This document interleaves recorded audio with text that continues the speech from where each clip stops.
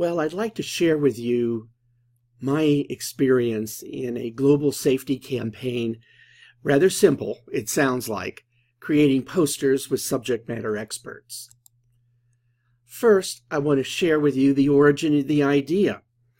I was at a manufacturing facility in northern Canada, and I looked up on the wall in the stairway, and there was this poster of an individual with thinking and speaking.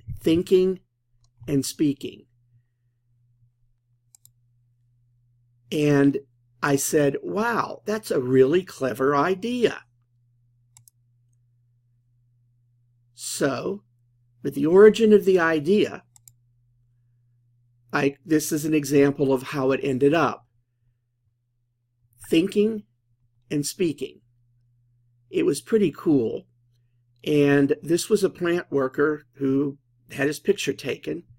And there was the new campaign deal with little critters up here.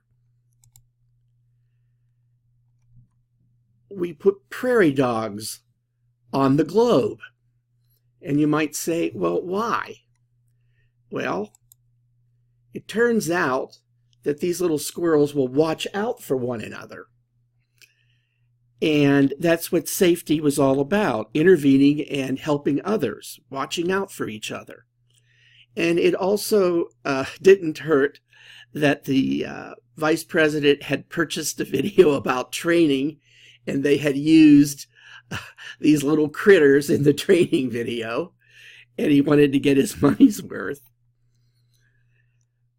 Another idea, this is a poster on the floor, is what I would call it, that I saw in a grocery store. And I said, hey, that's a great idea. We can put these on factory floors. Well, little did I know the struggle that would become, because I was the only person working on this, and I had to find a local company in Houston to print them.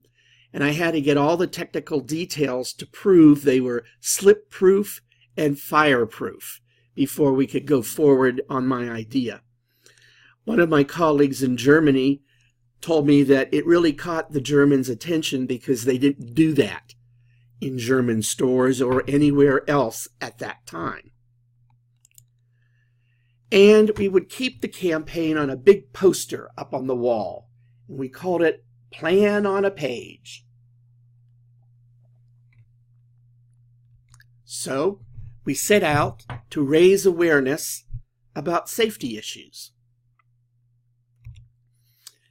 And we did it this way. We would say, coming in 90 days, poster. Coming in 30 days, poster. Coming this month, poster. And we moved them, they were moved around, both the corporate headquarters and manufacturing sites. Well, I applied that to a program we're going to have this Wednesday, April 11th, here with the senior vice president from Dell, a rocket test engineer manager from SpaceX, a safety expert from Shell Oil, and a local businessman who has a technology building company for low-income housing outside of the U.S. So notice the title, 1 week from today.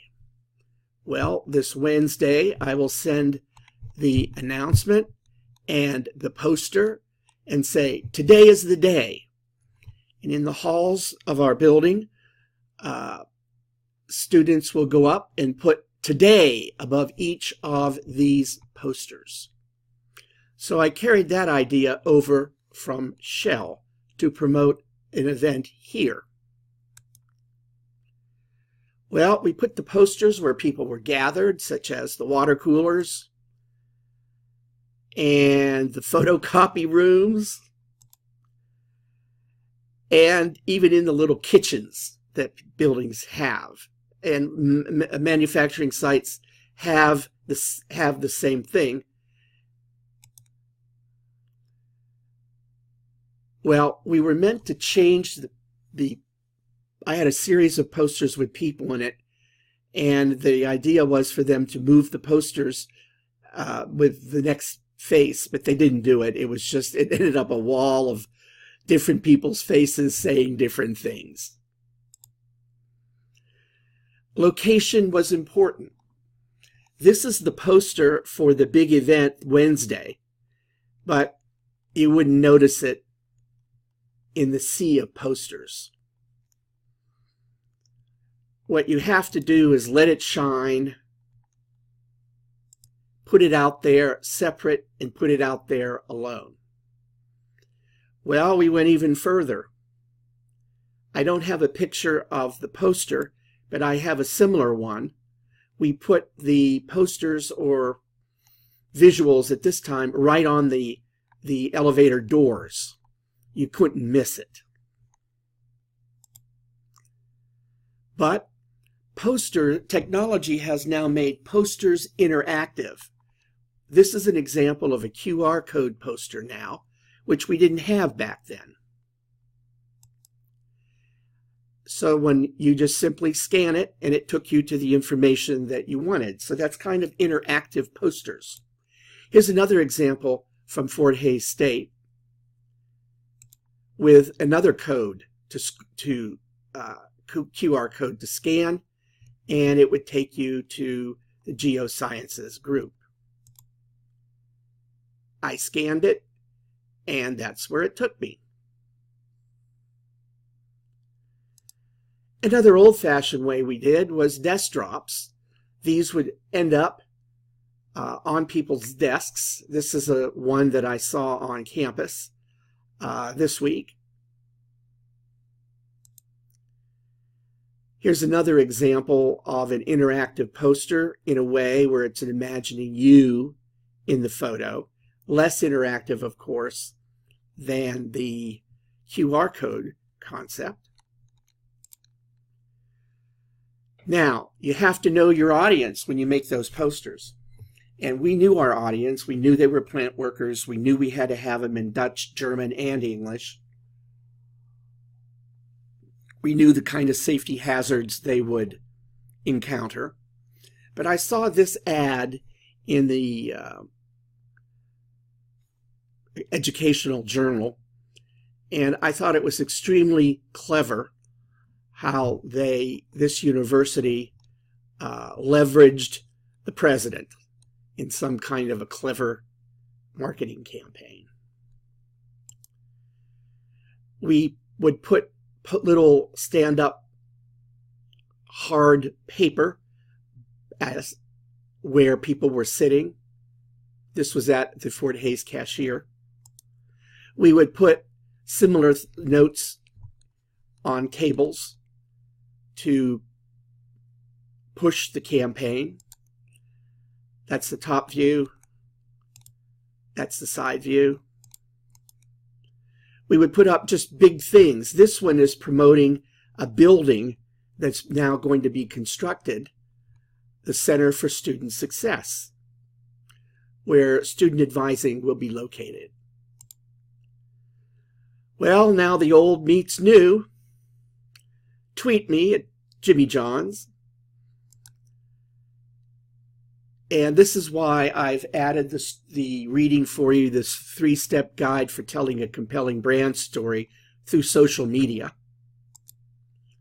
For example, Shell has a Twitter feed with videos.